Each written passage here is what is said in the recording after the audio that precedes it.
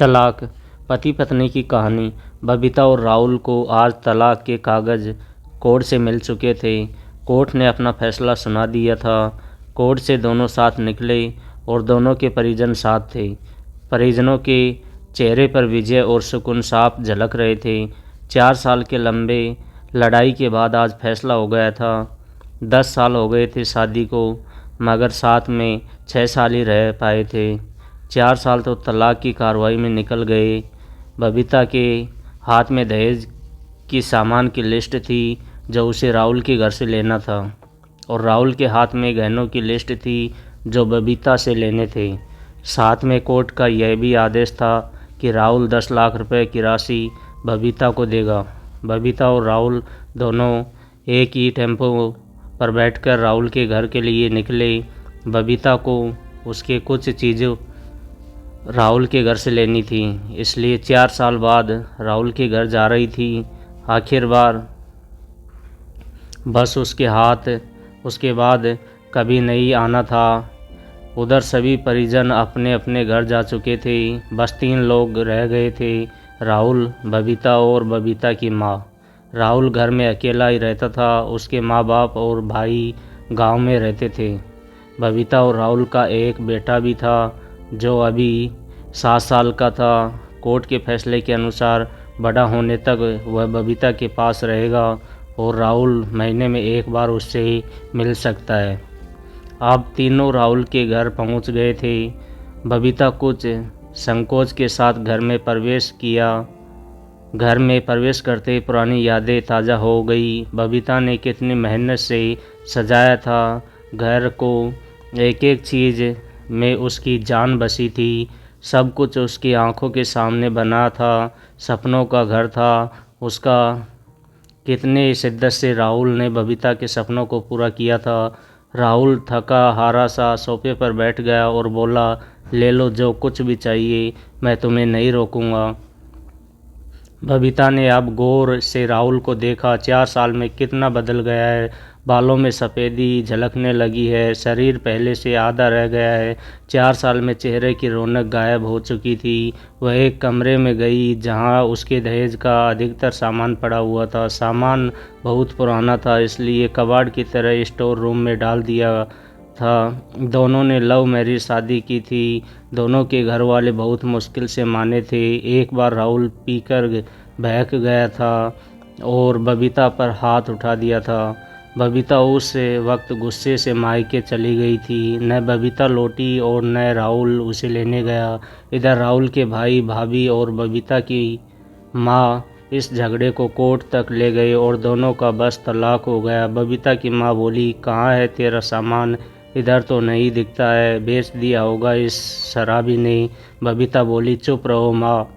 बबीता को न जाने राहुल को उसके मुंह पर शराबी कहना अच्छा नहीं लगा।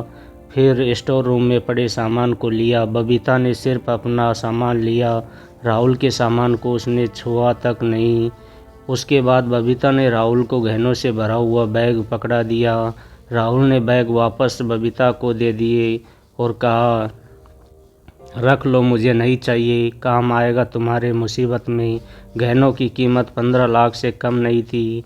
कोर्ट की बात कोर्ट में ही ख़त्म हो गई। बबीता वहाँ तो मुझे ही दुनिया का सबसे बुरा जानवर और शराबी साबित किया गया। यह सब सुनकर बबीता की माँ ने कहा, नहीं चाहिए हमें यह गहने, और वह 10 लाख भी नहीं चाहिए जो कोर्ट ने देने को कहा था। राहुल सोफे से खड़ा हो गया। बबीता ने अपना मुंह फेर लिया। राहुल बोला, इतनी बड़ी जिंदगी पड़ी है, कैसे काटोगी? ले जाओ गहनों को, तुम्हारे काम आएगा। इतना कहकर राहुल ने भी मुंह फेर लिया और दूसरे कमरे में चला गया। बबीता भी राहुल के पीछे उसके कमरे में चली गई। वह रो रहा था, अजीब सा मुंह बनाकर। बबीता ने पहले उसे कभी रोते हुए नहीं देखा था। आज पहली बार उसने उसे रोते हुए देखा। उसे रोता देख बबीता की भी आंखें भर आई। फिर राहुल ने उससे कहा, इतनी फिक्र भी थी तो क्यों दिया तलाक? बबीता बोली, मैंने अकेले नहीं, तुमने भी दिया तलाक। दस्तक तो तुमने भी किए थे, माफ़ी भी तो मांग सकते थे। राहुल ने कहा, मौका कब दिया तुम्हारे घर वालों ने? जब भी फ़ोन किया काट दिया। बबीता बोली घर भी आ सकते थे। राहुल बोला हिम्मत नहीं थी। उसी वक्त वहाँ बबीता की माँ आ गई और वह बबीता का हाथ पकड़कर उसे बाहर ले गई। माँ बेटी बाहर खड़ी होकर गाड़ी का इंतज़ार करने लगी। बबीता का दिल भीतर से टूट रहा था, दिल बैठा जा रहा था। वह सुन सी पड़ती जा रही थी। बबीता को राहुल के साथ बिताए हुए पुराने दिन याद आने लगे थे। तभी उसकी नज़र सामने एक तुलसी के सूखे पौधे पर पड़ी। कितनी शिद्दत से देखभाल किया करती थी। वह नहीं थी तो शायद तुलसी के पौधे पर पानी भी नहीं पड़ा। उसकी घबराहट और बढ़ी और वह घर के भीतर चली गई। उसकी माँ ने उसे पीछे से पुकारा मगर उसने उसे अनसुना कर दिया। राहुल बेड पर उल्टे मुंह पड़ा था। एक बार के लिए उसे उस पर दया आई, लेकिन वह जानती थी कि अब सब कुछ ख़त्म हो चुका है, इसलिए उसे भावुक नहीं होना है। उसने अपने कमरे को देखा। कहीं कहीं तो मकड़ी के जाले झूल रही थी। कितनी नफरत थी उसे मकड़ी के जालों से। कुछ देर बाद उसकी नज़र दीवार पर कुछ फ़ोटो पर पड़ी जहाँ पर राहुल से लिपटकर मुस्कुरा रही थी। कितने सुनहरे दिन थे। इतने में उसकी माँ फिर आ गई। हाथ पकड़कर फिर उसे बाहर ले गई। बाहर गाड़ी आ गई थी। सामान गाड़ी में डाला जा रहा था। वह लोग गाड़ी में बैठ गए। राहुल गाड़ी की आवाज़ सुनकर बेचैन हो उठा और दौड़कर बाहर आ गया। राहुल कान पकड़कर घुटने के बल बैठ गया और बोला मत जाओ, माफ़ कर दो। बबीता यह सुनने के लिए पिछले 4 साल से तड़प रही थी।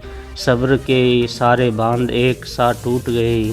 बबीता ने कोर्ट के फैसले के कागज़ निकाले और फाड़ दिया और उसकी माँ के कुछ कहने से पहले ही राहुल से लिपट गई। साथ में दोनों बुरी तरह रोते जा रहे थे। दूर खड़ी बबीता की माँ समझ गई कि कोर्ट का आदेश दिलों के सामने ज़्यादा कुछ नहीं। दोस्तों, अगर माफ़ी मांगने से रिश्ते टूटने से बच जाएं तो माफ़ी मांग लेनी चाहिए। माफ़ी मांगने से इंसान छोटा नहीं होता है, बल्कि दिलों के बीच की दरार ख़त्म हो जाती है। माफ़ी मांगने से एक पति को उसकी पत्नी मिल गई और एक पत्नी को उसका पति और बच्चे को माँ बाप। दोस्तों, आज की कहानी आपको कैसी लगी कमेंट करके ज़रूर बताइए। अगर अच्छी लगी है तो लाइक करें, चैनल को सब्सक्राइब करें और ज़्यादा से ज़्यादा लोगों के पास शेयर करें। उनको भी इस शिक्षा का सीख मिल सके कि पति और पत्नी का कितना गहरा प्यार होता है। जल्दी मिलते एक और नई कहानी के